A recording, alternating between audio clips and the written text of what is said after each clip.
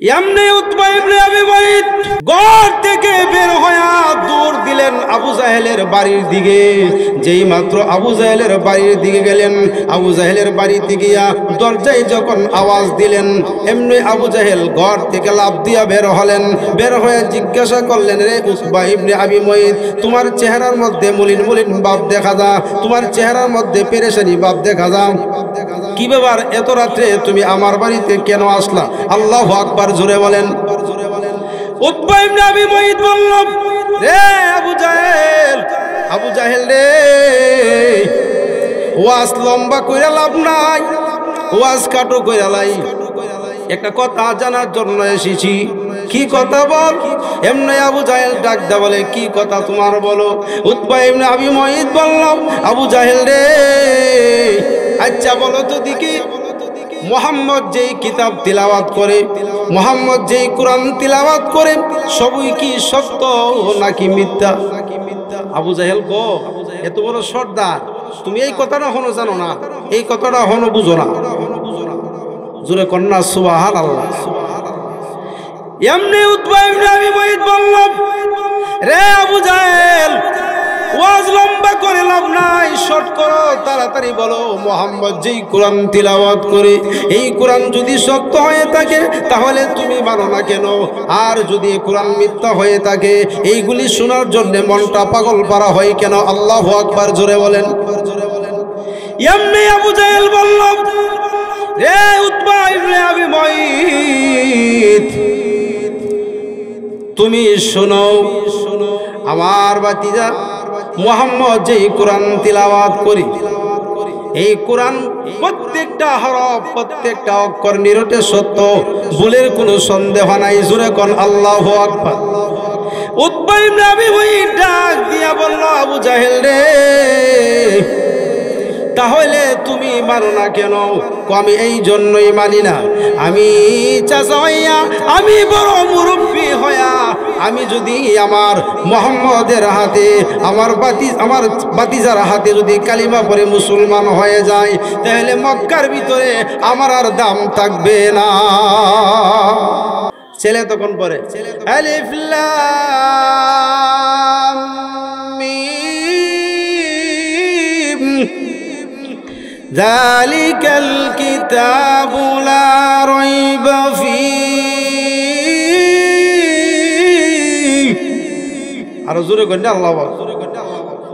এইভাবে তিলাওয়াত করতে করতে এক পর্যায়ে দেখা যায় বখতিয়ার কাকি রহমতুল্লাহি আলাই তিনি একটানা হুজুরের কাছে 15 পারা শোনায় দিয়েছে। আর জোরে কন্যা, এমনি বখতিয়ার কাকি রহমতুল্লাহি আলাইকে হুজুরে লইয়া মার কাছে রওনা দিলেন। ছাত্র বাড়িতে যাওয়ার পরে ছাত্র গার্জেনকে গিয়া বললেন, মা, ও মা, আপনি কি আপনার সন্তানকে আমার কাছে দিয়েছেন মস্করি করার জন্য, ঠাট্টা করার জন্য কি আমার কাছে দিয়ে আসছেন? মা তখন বলল, হুজুর কি হয়েছে বলেন। এমনি হুজুর তখন ডাকদা বলে, মা, ও মা, আপনি শুনেন, আপনি আপনার সন্তানকে দিয়ে আসছেন আমার কাছে আলিফ আর বা তা পড়ার জন্য গো মা, কিন্তু না না না, আপনি জানেননি আপনার সন্তান আমাকে এক আলিফ লাম সূরা বাকারা থেকে নিয়ে এক টানা 15 পারা পর্যন্ত আমাকে শোনায়া দিয়েছে। আলহামদুলিল্লাহ, আলহামদুলিল্লাহ নাহমাদুহু ওয়া নাস্তাঈনুহু ওয়া নাস্তাগফিরুহু ونعوذ بالله من شرور أنفسنا ومن سيئات أعمالنا من يهده الله فلا مضل له ومن يضلله فلا هادي له ونشهد أن لا إله إلا الله وحده لا شريك له ونشهد أن سيدنا ومولانا محمدا عبده ورسوله الذي أرسل إلى الناس كافة بشيرا ونذيرا وداعيا إلى الله بإذنه وسراجا منيرا أما بعد فقد قال الله تعالى في كلامه المجيد وفي فرقانه الحميد أعوذ بالله من الشيطان الرجيم بسم الله الرحمن الرحيم ألف لام ميم ذلك الكتاب لا ريب فيه هدى للمتقين وقال النبي صلى الله عليه وسلم خيركم من تعلم القرآن وعلمه صدق الله العظيم সকলে নবীর শানে এক পাক দুরূদ ইব্রাহিম পড়েন আল্লাহুম্মা সাল্লি আলা মুহাম্মাদ ওয়া আলা আলি মুহাম্মাদ কামা সাল্লাইতা আলা ইব্রাহিম ওয়া আলা আলি ইব্রাহিম إنك حميد مجيد اللهم بارك على محمد وعلى آل محمد كما باركت على إبراهيم وعلى آل إبراهيم إنك حميد مجيد بلغ العلا بكماله كشف الدجى بجماله حسنت جميع خصاله صلوا عليه لا إله إلا الله لا إله إلا الله তো জোরে জবান খুলে মহব্বতের সাথে বলুন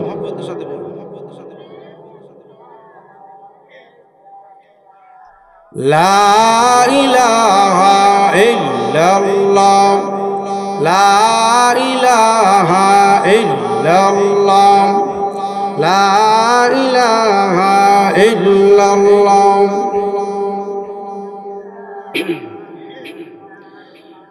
لا إله إلا الله محمد رسول الله صلى الله عليه وسلم মোহরচান বিবি ইসলামিয়া বালক বালিকা মাদ্রাসা জয়দুরকান্দি ইসরায়েল ব্রাহ্মণবাড়িয়ার 12তম বার্ষিকী ইসলামী মহাসম্মেলনের অত্যন্ত শ্রদ্ধাভাজন সভাপতি উপস্থিত অত্র এলাকার দূর দূরান্ত থেকে সম্মানিত মুসলমান ভাইয়েরা পর্দার ভিতরে অবস্থানত আমার শ্রদ্ধেয় সম্মানিত আম্মা ও বোনেরা সর্বপ্রথম মহান আল্লাহ রাব্বুল আলামিনের দরবারে শুকরিয়া আদায় করেছি যেই মহান আল্লাহ আমাদেরকে সুস্থতার সাথে দয়া করে মায়া করে জান্নাতের বাগানে আসা বসার তৌফিকটুকু দান করেছেন এই জন্য কালিমাতু শুকর জুড়ে সুরে সকলে জবান খুলে বলছি আলহামদুলিল্লাহ আরো জোরে বলুন আলহামদুলিল্লাহ জান্নাতের বাগানে সবাই আসতে পারে না কি বলেন আর ওয়াজ মাহফিল কি সব সময় হয় আরো জোরে কন্যা জান্নাতের বাগান আল্লাহ আমাদেরকে আসার সুযোগটুকু করে দিলেন এজন্য আমরা খুশি না বেজার আরো জোরে কোন আমি আপনাদের খেদমতে মহাগ্রন্থ আল কোরআনের সূরা বাকারা থেকে প্রথম নম্বর আয়াতে কারিমা তেলাওয়াত করেছি এই আয়াতে কারিমার ভিতরে মহান আল্লাহ রাব্বুল আলামিন ইসলামের প্রাথমিক যুগে মক্কার কাফের বেঈমানেরা আমার আপনার নবীকে অনেক নির্যাতন অনেক কষ্ট দিয়েছে কি বলেন ঠিক কি আরো জোরে কইন এই কষ্ট যে দিয়েছে এতে কোনো সন্দেহ আছে আমার আপনার নবী যখন আল্লাহর কালাম তিলাওয়াত করে মক্কার কাফের বেঈমানের অন্তরে গিয়া লাগে, আর তখন তারা গোপনে গোপনে গিয়া আমার আপনার নবীর তিলাওয়াত শুনে জোরে কোন সুবহানাল্লাহ। নবীর তিলাওয়াত যেই শুনে তার মনটাই ইসলামের দিকে দাবিত হয়ে যায়, ইসলামের দিকে তারা বিগলিত হয়ে যায়। তখন মক্কার কাফের বেঈমান আবু সুফিয়ানরা তারা সকলে মিলে সিদ্ধান্ত করলো যে দেখো মুহাম্মদ যেই কিতাব তেলাওয়াত করে, যেই কোরআন তেলাওয়াত করে, সাবধান তোমরা কিন্তু যায় না। নাউজুবিল্লাহ কইতেন না। এই বড় বড় সর্দাররা এই মিটিং করার পরে আবু জাহেল মনে মনে সিদ্ধান্ত নিল, আজকে তো আমি বড় সর্দার, কারণ বড় সর্দারের পিছনে ছোট ছোট সর্দার কিছু কাহিনী আরো জোরে গেলিগা, আপনারা আস্তে কইলেও পরে পড়বো, জোরে কইলেও ভরি পড়বো, এর জন্য জোরে কন, ঠিক কিনা? তখন বড় বড় সর্দাররা, লিডাররা এই সমস্ত হুকুম যখন জারি করলো, জারি করার পরে যে মুহাম্মদের তেলাওয়াত কেউ শোনার জন্য যায়, যদি যাও তে খবর আছে। এই সিদ্ধান্তটা কেডা করছে? আবু জাহেলে।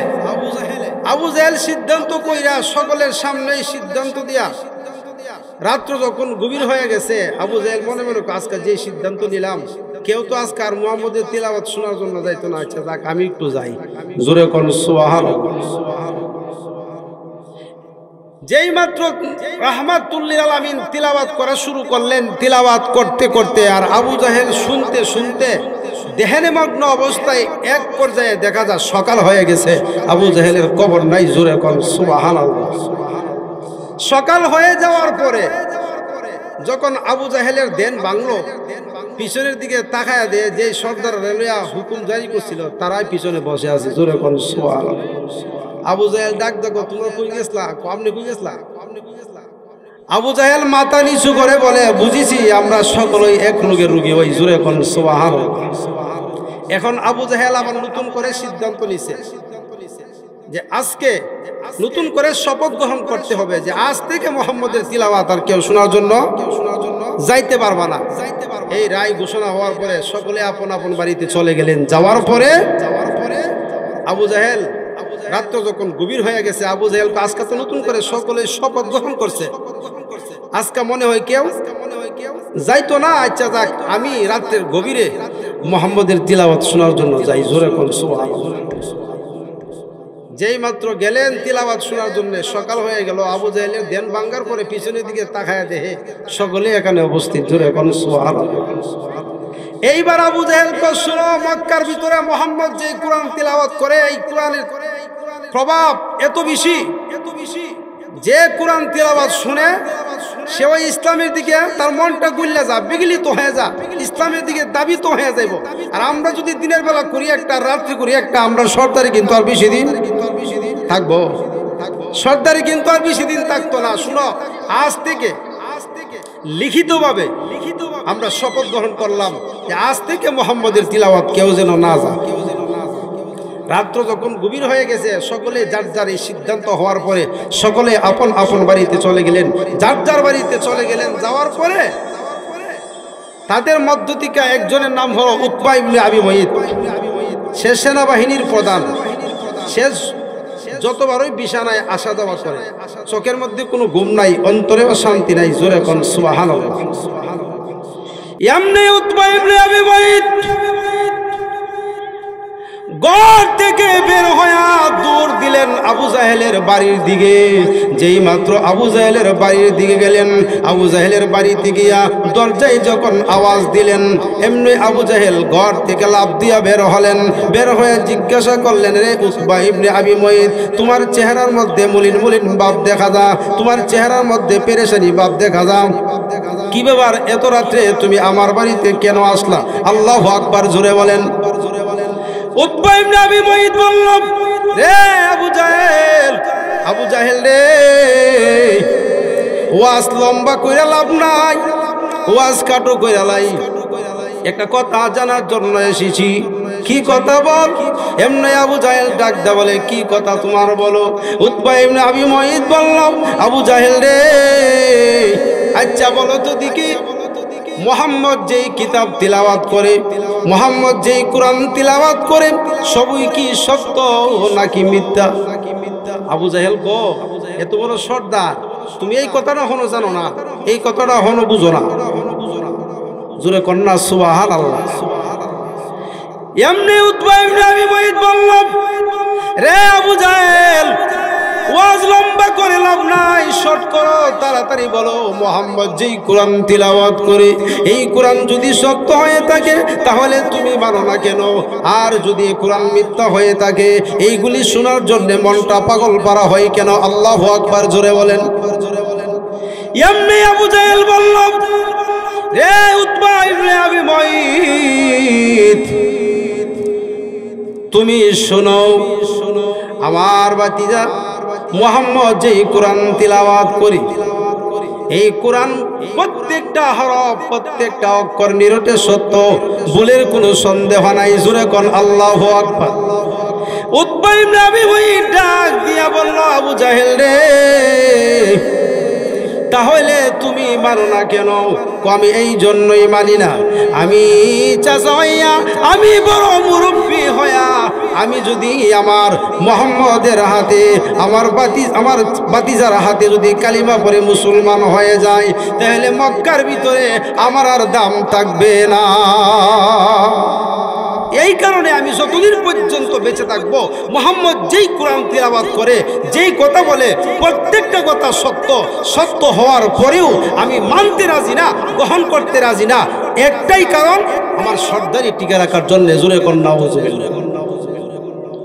এই কোরআন আমাদের কাছে আসতে অনেক সময় লাগবে, জোরে কোন ঠিক কিনা? এই কোরআন যারা তিলাওয়াত করবে তাদের দাম আল্লাহ ইজ্জত সম্মান বাড়াইয়া দিবে। এই কোরআনের সাথে যদি একটা মানুষের সম্পর্ক হয়ে যায়, একটা মানুষের লিয়াজু হয়ে যায়, এই মানুষটার দাম আল্লাহর কাছে অনেক হয়ে যায়। জোরে কোন সুবহানাল্লাহ। বখতিয়ার কাকি রহমাতুল্লাহি আলাইহি, মহিলা মাদ্রাসা, জোরে কোন ঠিক কিনা?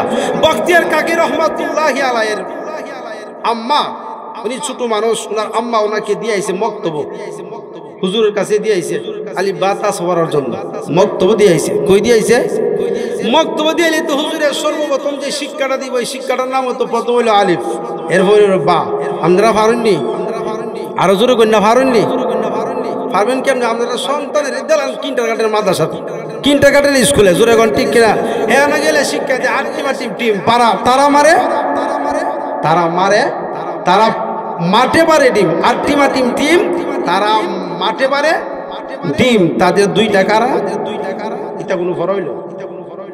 অথচ আল্লাহর রাসূল বলেন, যে ব্যক্তি একটা হরফ পড়বে আল্লাহর কালাম থেকে তাকে অন্তত কম দিলে আল্লাহ 10টা নেকি দিব। 10টা নেকি দিব।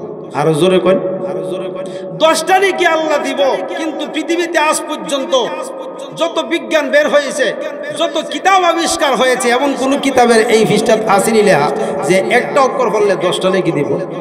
একমাত্র আমার মহান মালিক আল্লাহ এই কথা নির্ধারণ করে দিয়েছে। আল্লাহর কোন বান্দা বান্দি যখন আল্লাহর কালাম থেকে একটা হরফ পড়ব, একটা হরফ পড়লে অন্তত তারে 10টা করে নেকি দেওয়া হবে। আর জোরে আমরা কি ঘুমাইতেছি নাকি? ঘুমায়েন না, ঘুমায়েন না, 10টা করে নেকি দেওয়া হইব। নবীর একজন সাহাবী বললেন, একবার যেই ব্যক্তি সুবহানাল্লাহ বলবো, সুবহানাল্লাহর সওয়াব উহুদ পাহাড়ের চাইতে আরো বেশি। এরপরও সুবহানাল্লাহ আছে। যেই ব্যক্তি একবার আল্লাহু আকবার বলবো, আল্লাহু আকবারের সওয়াব উহুদ পাহাড়ের চাইতে আরো বেশি। যেই ব্যক্তি একবার লা ইলাহা ইল্লাল্লাহ বলবো, এর সওয়াব উহুদ পাহাড়ের চাইতে আরো বেশি। এই জন্য সুবহানাল্লাহ বলতে রাজি নেই, ঘুমায়া। যাই হোক, যেই কথাটা বলতেছিলাম, এই কোরআনের সাথে যাদের সম্পর্ক হবে আল্লাহ তাদের সম্মান বাড়াইয়া দিবে। এই জন্য আমাদের সম্পর্ক কোরআনের সাথে করার দরকার আসেনি? আরো জোরে কোন।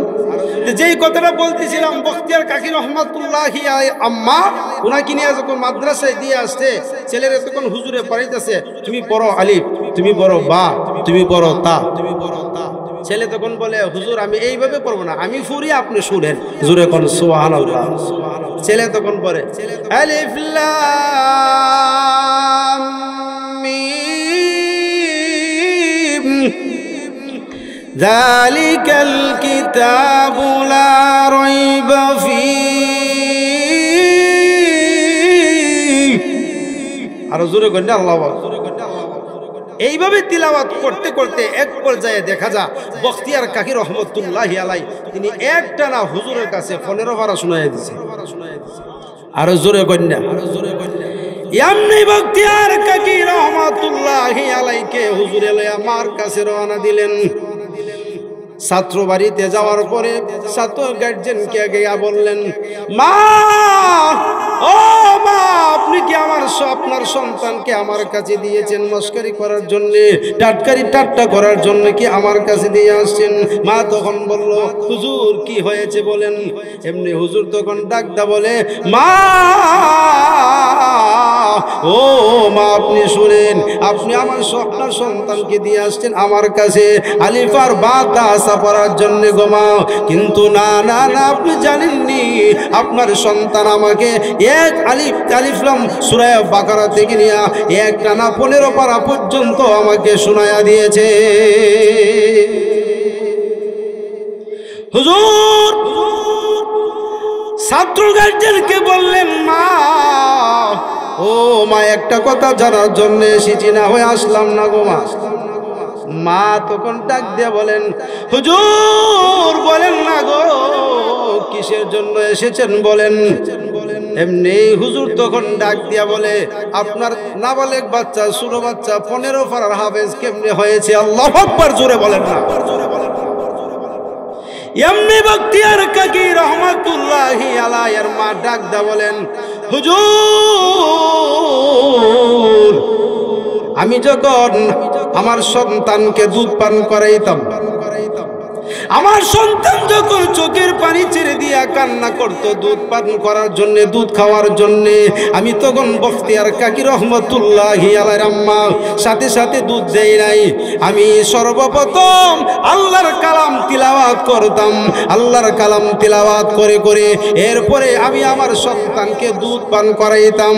এমনি হুজুর তখন ডাক দিয়া বলে, মা ও মা, বুঝতে পেরেছি, ও মা বুঝতে পেরেছি, আর বলতে হবে না গো মা, আপনি যে আপনার সন্তানকে দুধ পান করানোর পূর্বে, দুধ পান করানোর আগে আল্লাহর কালাম তিলাওয়াত করেছেন, এই তিলাওয়াতের বরকতে, তিলাওয়াতের প্রভাবে মহান আল্লাহ রাব্বুল আলামিন আপনার সন্তানকে 1 থেকে 15 পারার হাফেজ বানায়া দিয়েছে।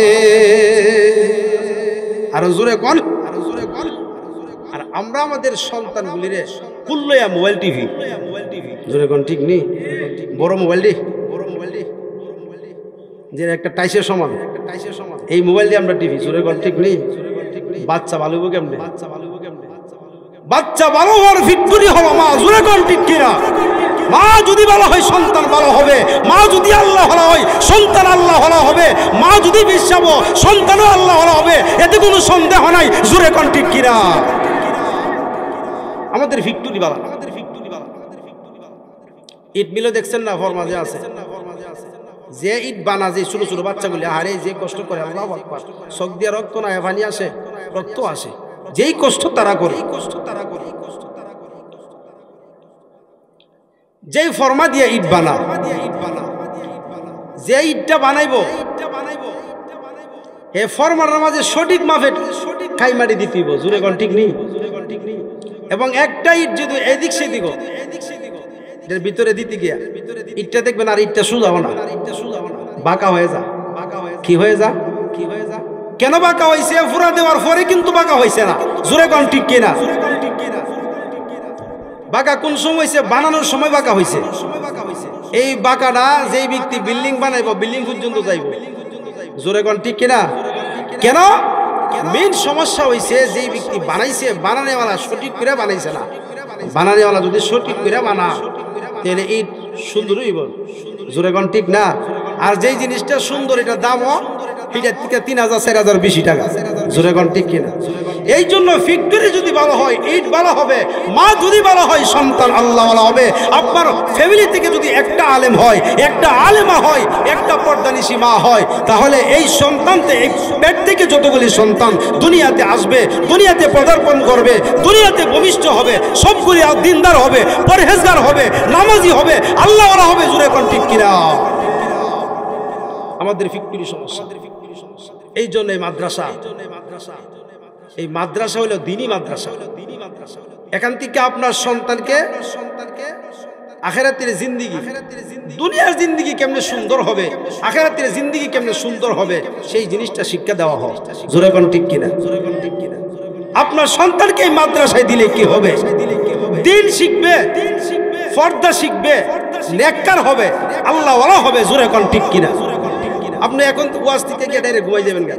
ঘুমের একটা দোয়া আসেনি? আরো জোরে কোন? অনেকে আমরা এই দোয়া পারি। যেই কথা বলতেছিলাম, টাচ মোবাইল বাইরিয়া আমরা যে গুনার দিকে দাবিত হইছি, আল্লাহর যে দয়া, আল্লাহর যে মায়া, মায়ার কারণে একমাত্র আমরা পৃথিবীতে বেঁচে আছি। জোরে কোন ঠিক কিনা? নভেম্বরের 21 তারিখ জুবিন একটু লড়ছেন নি?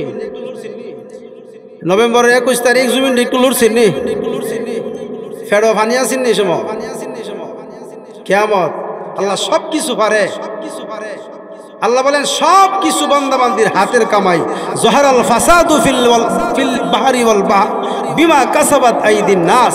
আল্লাহ বলে জলে এবং স্থলে বিপর্যয় ছড়াইয়া পড়া নাফরমানির কারণে, এই জলে এবং স্থলে গুনার কারণে আল্লাহ ভূমিকম্প দেয়।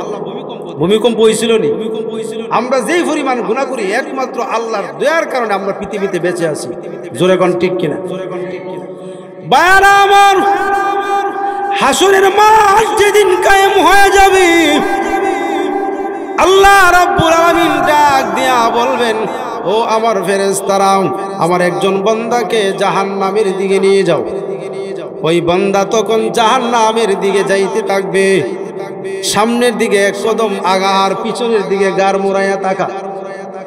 আল্লাহ রাব্বুল আলামিন ডাক দিয়া বলবেন, বান্দারে, তোমাকে আমি আল্লাহ হুকুম করেছি জাহান্নামে যাওয়ার জন্য, তুমি এক কদম সামনের দিকে আগাও আর এক কদম পিছনের দিকে তাকাও। সুবহানাল্লাহ। আল্লাহ কিন্তু জানে, জানার পরে জিজ্ঞাসা করে, বান্দার মুক্তিকা কথাটা প্রকাশ করার জন্য। আল্লাহ রাব্বুল আলামিন ডাক দিয়া বললেন, এ জাহান্নামী, আমি মহান আল্লাহ তোমাকে হুকুম করেছি জাহান্নামে যাওয়ার জন্য, তুমি দি সামনের দিকে আগাও আর পিছনের দিকে তাকাও। এইগুলিতে কেন করলাম?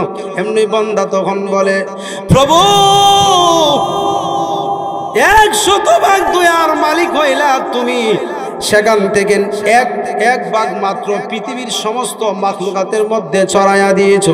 এর জন্যই এত মায়া, একজন আরেকজনের জন্য এত মায়া আর এত মহব্বত। জোরে কোন ঠিক কিনা? একজন আরেকজনের জন্য পাগল হয়ে বিষ খাইলা, ফাঁস লটকাইলা, আত্মহত্যা করে। জোরে কোন ঠিক কিনা? 1% ভালোবাসা হয়, আরো 99% ভালোবাসা আল্লাহর হাতে, দয়া মায়া আল্লাহর হাতে রেখে দিয়েছে। সুবহানাল্লাহ কইতেন না? বান্দা তখন বলে, প্রভু, 100 ভাগ দয়ার মালিক হইলা তুমি, সেখান থেকে 1 ভাগ দয়া মায়া সারা পৃথিবীর সব জায়গায় আনাচে কানাচে ছড়াইয়া দিয়েছো। এর জন্য একজন আরেকজনকে এত ভালোবাসে, আরো 99 ভাগ দয়ার তোমার হাতে রেখে দিয়েছো। প্রভু, আমি তো আজকে দুনিয়াতে নাই, 100 ভাগ দয়া মায়ার মালিক এখন পুরাটাই তোমার হাতে। এই জন্য আমার এই কথাগুলি আমি আপনার সামনে উপস্থাপন করতে চাই। আমি জানতে চাই, যেই ব্যক্তির হাতে 100 ভাগ দয়া মায়া আছে, ওই ব্যক্তি কেমনে তার বান্দারে জাহান্নামে দিবে? আল্লাহু আকবার, জোরে বলেন। আল্লাহ রাব্বুল আলামিন বলেন, রে বান্দা, যার টেনশন করতে হবে না, আর কাঁদতে হবে না, চোখের পানি মুছে ফেল। আমি মহান আল্লাহ রাব্বুল আলামিন এই মুহূর্তে তোর জিন্দেগীর সব অপরাধগুলি মাফ করে দিয়ে এই মুহূর্তে চিরতরে আমার জান্নাতের মালিক বানায়া দিলাম। ভাইরা, আমার মধ্যে গুনাহ আছে না নাই? আরো জোরে কোন। আমাদের গুনাহ আছে, অনেক গুনাহ, যেই গুনার কারণে, যেই পাপের কারণে, অন্যায় অপরাধের কারণে আল্লাহ আমাদেরকে ধরে না। কেন? আল্লাহর দয়া মায়া বেশি। জোরে কোন ঠিক কিনা? আল্লাহর দয়া মায়া বেশি না কম? বেশি। মসজিদে আজান দিলেও আমরা মসজিদে যাইতে পারি না, ঘুমাই থাকে। আল্লাহর দয়া মায়া বেশি, এজন্য আমাদেরকে 3 বেলা খাবারের মধ্যে কোনো ত্রুটি আছে? আরো জোরে কোন। আল্লাহ রাব্বুল আলামিন বলেন, আমি মহান আল্লাহ এই কোরআন নাজিল করেছি এবং হেফাজতের দায়িত্ব আমি আল্লাহ গ্রহণ করে নিয়েছি। এই কোরআনের সাথে যারা সম্পর্ক করবে, এই কোরআনকে যারা ভালোবাসবে, মহব্বত করবে, এই কোরআনের সাথে যারা লিয়াজু করবে, সম্পর্ক করবে, এই কোরআন কিয়ামতের কঠিন হাসরের মাঠে আল্লাহর কাছে সুপারিশ করে তোমাকে আল্লাহর জান্নাতের পৌঁছায়া দিবে। ভাইরা আমার, জান্নাতে যাইতে আমরা রাজি আছি? আরো জোরে কন্যা। ভাইরা আমার, জান্নাতে আমরা সকলেই যেতে চাই। কিভাবে যাব, কেমনে যাব, সেই জ্ঞানটুকু আমাদের নাই, যদিও আমার আছে, কিন্তু আমরা সেইগুলি বাস্তবে আমরা পালন করতে পারি না।